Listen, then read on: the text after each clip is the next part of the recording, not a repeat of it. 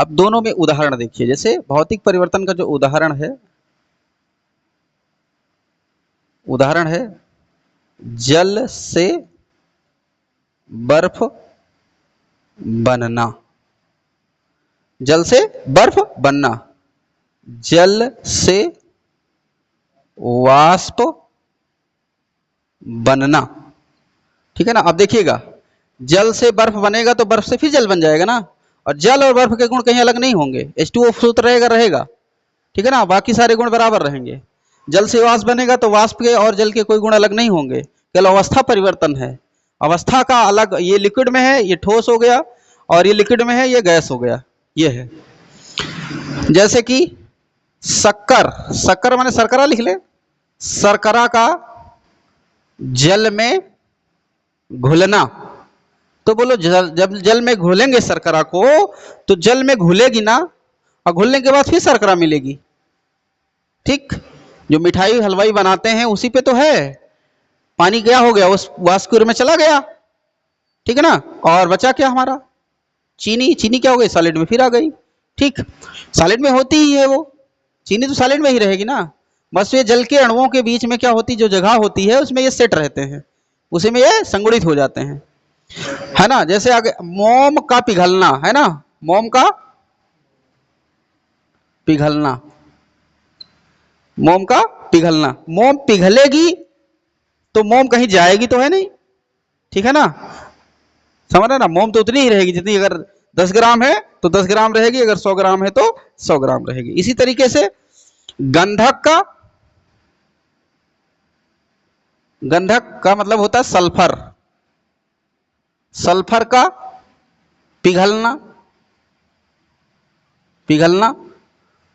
Sulphur पिघलेगी उसको फिर solid में लाया जा सकता है, क्योंकि सल्फर सॉलिड में रहेगी। पिघलेगी तो किसमें, लिक्विड में, और लिक्विड से फिर वो सॉलिड में आएगी। इसी तरीके से विद्युत बल्ब का नाम सुना है।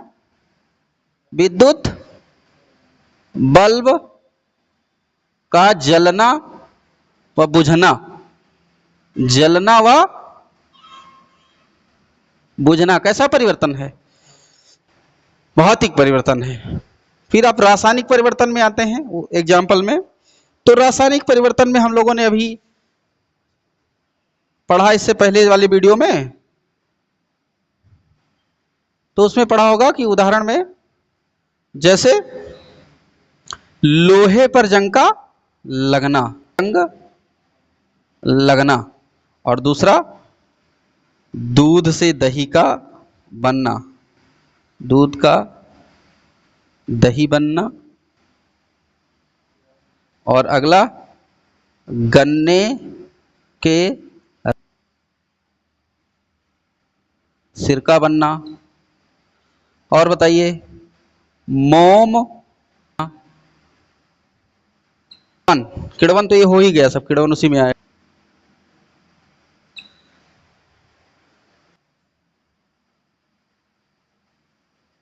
अपशिष्ट पदार्थ सड़ना, अपशिष्ट पदार्थों का सड़ना कैसा परिवर्तन है, जलना। Mg लिख दे बस, Mg मैग्नीशियम का जलना। ये सब क्या है, रासायनिक परिवर्तन है। जैसे लकड़ी का जलना, लकड़ी का जलना। ठीक, लकड़ी जलेगी तो कोयला बन जाएगी, कोयला से लकड़ी नहीं बना सकते।